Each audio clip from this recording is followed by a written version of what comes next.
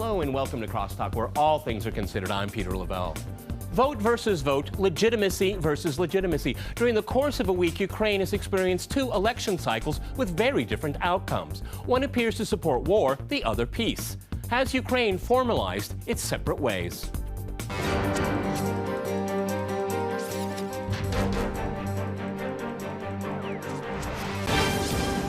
To crosstalk the elections in Ukraine, I'm joined by my guest, Marcus Papadopoulos in London. He's the editor of Politics First magazine. Also in London, we have Dmitry Linnik. He is the head of the London Bureau of Voice of Russia. And in Brussels, we cross to Gilbert Doctorow. He is the founder of the European Office on the Committee on East-West Accord, as well as a commentator on international affairs with a focus on Russia. All right, gentlemen, crosstalk rules in effect. That means you can jump in anytime you want, and I very much encourage it. Marcus, if I can go to you in London, after these two elections here, all you hear out of the echo chamber is legitimacy, legitimacy. Somebody has it and somebody doesn't have it. And of course, they're saying that the Poroshenko regime and the parties that ran out of Kiev, they have legitimacy. People in the Donbass don't, though both went to the ballot box here.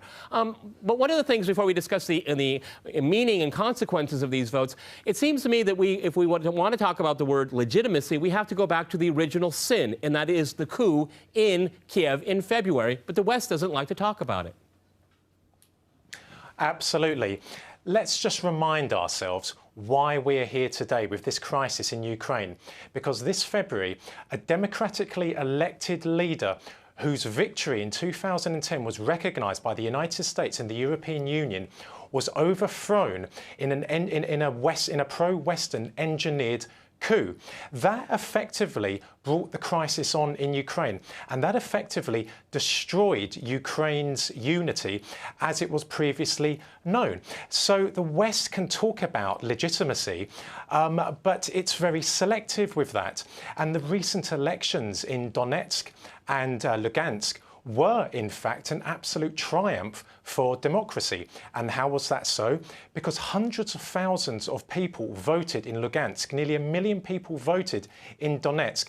They voted to elect a leader to run their own affairs. This May, the populations of Donetsk and Lugansk once again voted in their hundreds of thousands to have independence. Never again do those two regions want to be in Kiev's fold. And why is that? Because following the coup this February against Viktor Yanukovych, a tidal wave of violence was perpetrated against the Russian-speaking communities of southeastern Ukraine.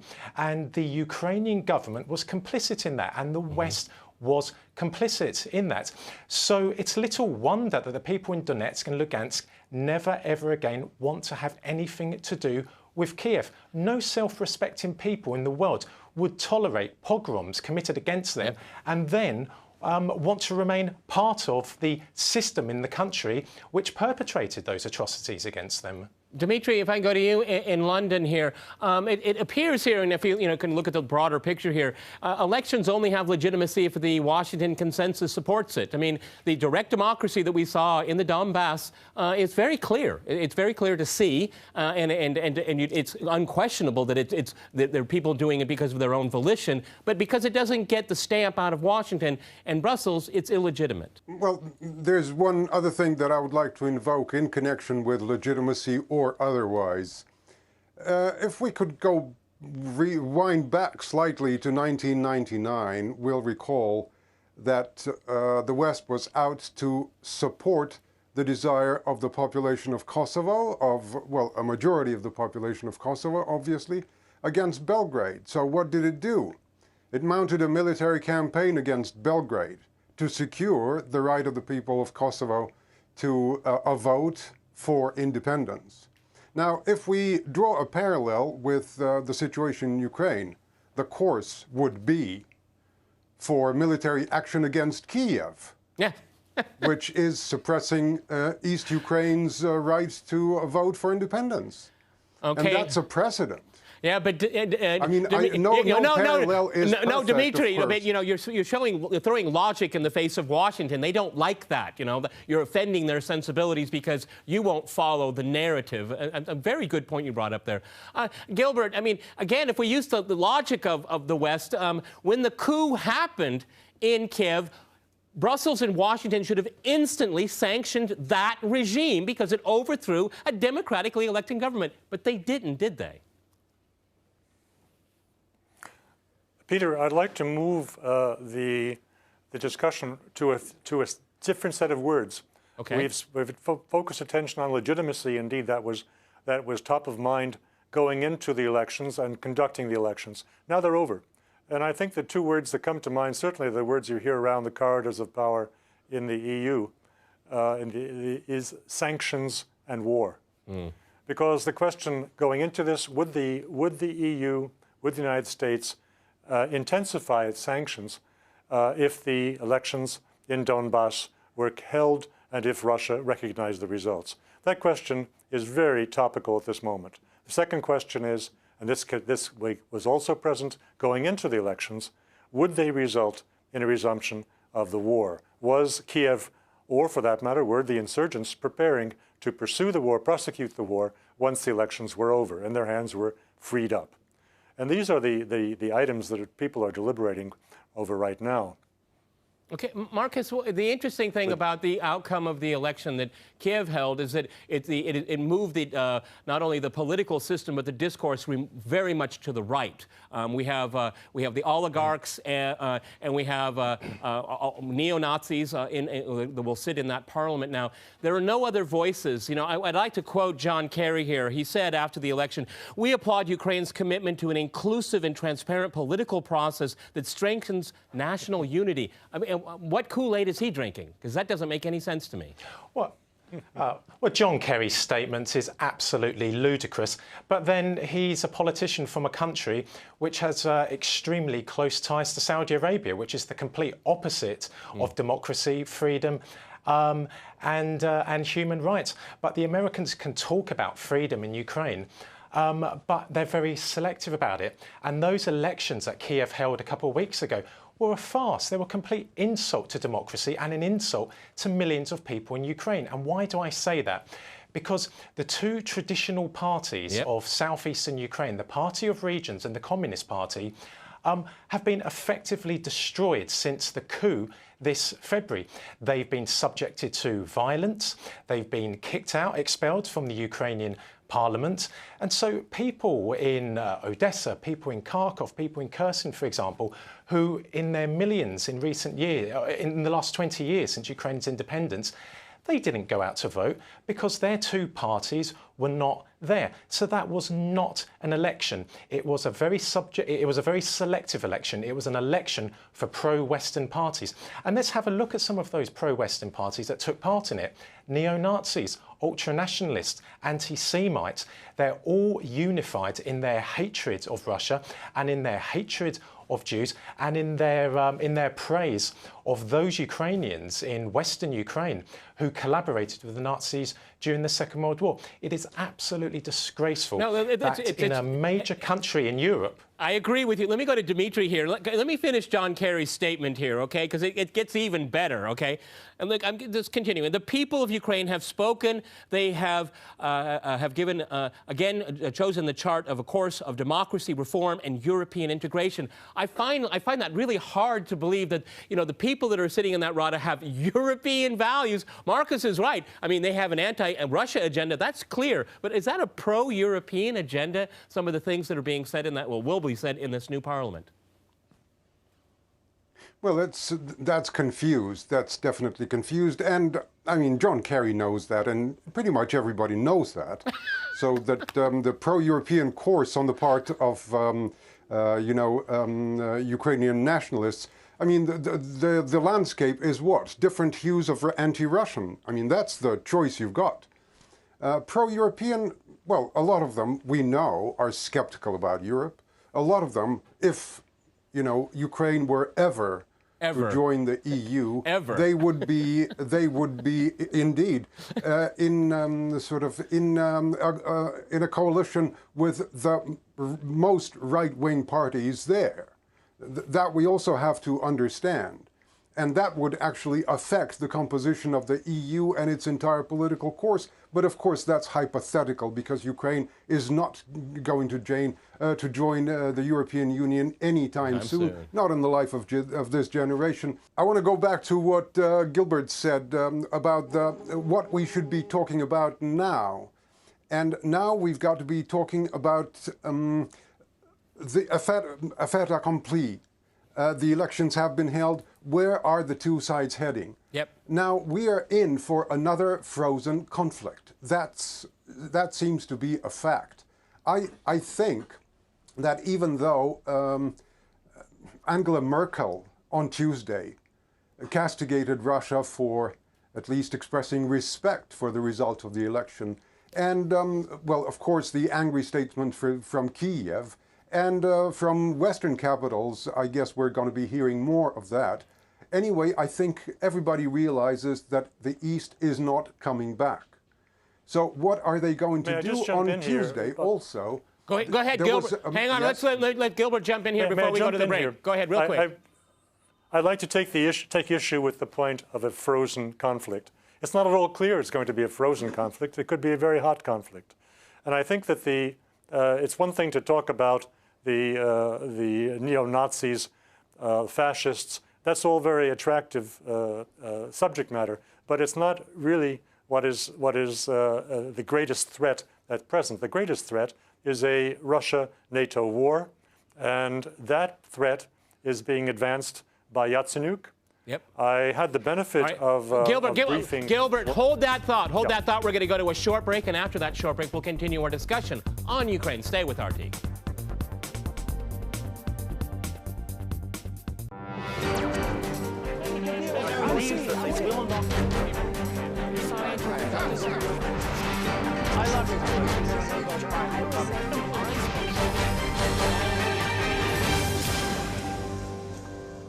Welcome back to CrossTalk, where all things are considered. I'm Peter Lavelle. To remind you, we're discussing the recent elections in Ukraine.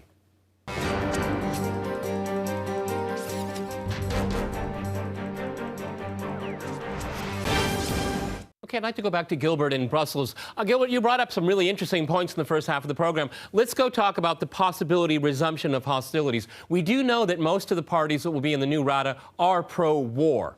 And pro-European, this interesting mix here. What do you think the chances are of hostilities being reignited? Because it's still simmering there. And I'd like to throw with the background of all of this is economic meltdown. Is this going to be a diversion going after the East because they have no way to fix their very massive problems, not in the midterm, maybe not even in the long term? Go ahead, Gilbert, in Brussels. Well, let's look at those parties. The balance in the Rada. At least you have close to 21% for Poroshenko, a little bit more for Yatsenyuk, and Yatsenyuk is tipped to be the prime minister. Now, those two parties are balanced, and it's easy to describe them as being equally pro-Western. It is ignoring the exceptional personality of Yatsenyuk and his lust for war with Russia. Mm-hmm. The question really is, in the coming days and weeks, whether or not Poroshenko can maintain control, or whether his party, which is more moderate, more reasonable, and more concerned about Ukrainian welfare than in glory of resuming a Ukrainian state through war with Russia, who is going to be the victor in this arm wrestling, Yatsenyuk or Poroshenko? I had the benefit of speaking this morning with one of the 15 European parliamentarians who was in the party of voter observation that went down for the 26th and stayed a little bit afterwards to see the vote counting.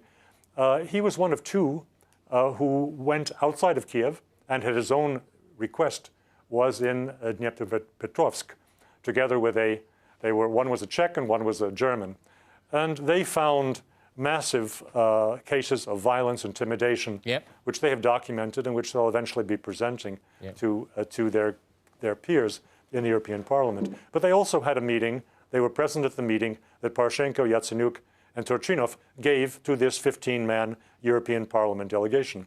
And he said, my interlocutor said, it was very clear that Yatsenyuk stood apart from his from his colleagues in the ruling party and in the pro-Western parties as being particularly violent and particularly interested in a war, which he now predicts for the spring.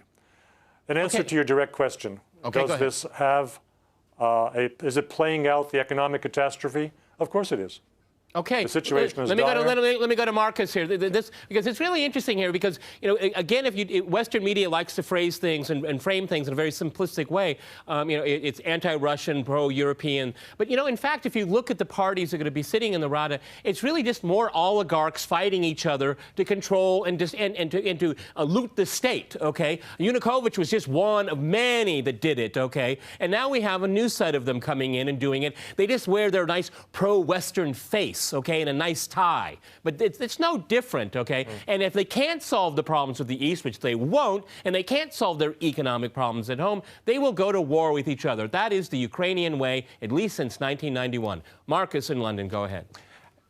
Yeah, absolutely. Ever since Ukraine became an independent state in 1991, it has been run in a very bad way. It's been run by businessmen who are only interested in themselves and not with the well-being and the lives of the ordinary person in Ukraine. But when we talk about European values, and as you said, Peter, Western media likes to talk about how Ukraine has now turned decisively to the West. It's adopted European values. I mean, that is absolute nonsense, but it's predictable drivel from these Western journalists.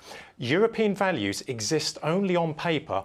Every single year in Estonia and Latvia, there are Waffen-SS veteran parades. Is that condemned by Western media outlets? Is that condemned by European Union member state governments? No. A few weeks ago, we had the grotesque spectacle in Ukraine of neo-Nazi parades in Odessa and in Kharkov and Dnipropetrovsk, for example. Did that make headlines, for example, in the BBC, in Sky News? Absolutely not. So these European values, they sound very nice and they are very nice on paper, but the European Union applies them in a very selective way. And quite frankly, the people who now reside in the Ukrainian parliament have nothing in common with those values on paper. They are absolutely despicable and they should hold no positions of power whatsoever. They wouldn't be tolerated in Britain, and quite rightly so. They wouldn't be tolerated in Germany, and quite rightly so. But they're tolerated in Ukraine because the European Union and the West is intent on tearing Ukraine away from Russia, bringing it into its orbit, into the European Union, eventually into NATO, in order to isolate Russia on its western borders. The West has a long, dubious history of working alongside some repugnant groups, be it the Contras, be it Islamists, and today, neo-Nazis in Ukraine. Let's be categorically clear about what the West is all about when it comes to its foreign policy. Dmitry, also in London, what is your thoughts about the possibility of a renewed conflict here? Gilbert has mentioned spring. I mean, can they really afford it? And like I said, would it be a diversion here? Because the Donbass stood up for itself in late summer, and it's maintaining itself right now. And if for good or better, these elections have just shown a divorce. How much do you accept that? And how much is it worth to the regime in Kiev to go to war that is very, very expensive? How much is the West going to back it up? I mean, and again, the competitions and the rivalries within the regime in Kiev. It seems that there are no good outcomes here. Maybe you should just look after the economy first. Go ahead, Dmitry. Well, I think, first of all, I think Western countries need to realize at some point, quite soon, that we're very close to the edge. And if we don't turn back, then indeed a hot war, as Gilbert suggested, is possible, but I don't think it's still conceivable for Europe or for Russia. It is conceivable for Kiev. And yes, they're sort of gunning. I started to say that on Tuesday, a motion was submitted to the nation's parliament to abrogate that agreement that sort of recognized limited autonomy for Lugansk and Donetsk. Well, to start with, Lugansk and Donetsk never were happy with that original proposition, so they're just plowing their own course. One other thing about East Ukraine, is, I think, to note that they've been, I guess a lot of people there might feel bitter about what they perceive as lack of Russia's support. Absolutely, absolutely. So they have realized that they have to go it alone. Yep. And I think the election, the mood of the people, and the statements by the people that ran in the elections, it all shows that they are, you know, pretty resolved to go it alone. They will form whatever country they're trying to shape. And that country, perhaps idealistic, but they talk about fairness. They talk about, you know, absence of corruption. They want to talk about rule of the people. They want, you know, a judicial system that is run by the people. So paradoxically, I mean, that is really the amazing thing, is that the original Maidan in Kiev was pressing exactly for those things. Exactly. A very interesting point. Dmitry, let me go to Gilbert here, because that's a very interesting point. The true values that I think all of us here would agree with that were played out in the Maidan and later was hijacked is actually happening in the Donbass. That's a really remarkable observation. Also, Dmitry said something I think is really important here, is that so many people outside of the echo chamber don't understand is that in the east of Ukraine, and many Russians here in the country that I live in don't believe that Russia and President Putin has done enough for the people of the East. And that whole debate is never even brought up in the West because it doesn't seem to exist in the minds of Western politicians and media. But if you come on the ground, it's a patently obvious point of discussion. Go ahead, Gilbert. No, I agree with your observation. President Putin has been very cautious, though he's easily painted as a nationalist in Western media. That is totally inaccurate. He is a realist. He is looking after Russian national interests, and what Russia would gain by a more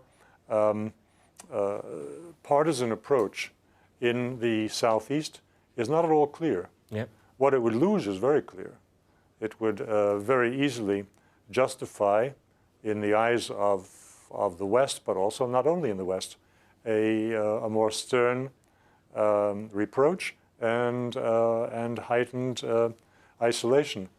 He is trying to avoid that. He sees nothing positive to be gained, and so yes, it's clear that the Donbass residents will be disappointed. Yes.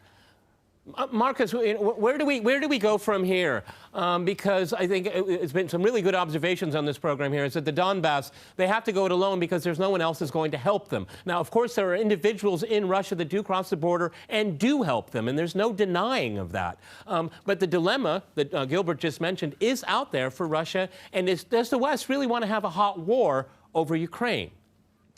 Well, I actually happen to believe the West is prepared for that. I'm not so sure that when it comes to it, Poroshenko would want a full conflict with Russia because he would lose. But I think in the long term, the Americans, to an extent, the Americans and the Europeans, to an extent, now have an advantage in Ukraine because it's the first time in Ukraine's history, and as an independent state, that they managed to get a pro-Western president into power through a coup. What happened with Yushchenko was very different, but they crossed a red line this February, the West, when they engineered that coup. So I believe that they, feel upbeat about the situation, and I believe they are going to pursue their goal of trying to bring Okay, gentlemen, I have to jump in here. We've run out of time here. I just wonder if the West really wants to pay for Ukraine. Many thanks to my guests in London and in Brussels, and thanks to our viewers for watching us here at RT. See you next time, and remember, CrossTalk rules.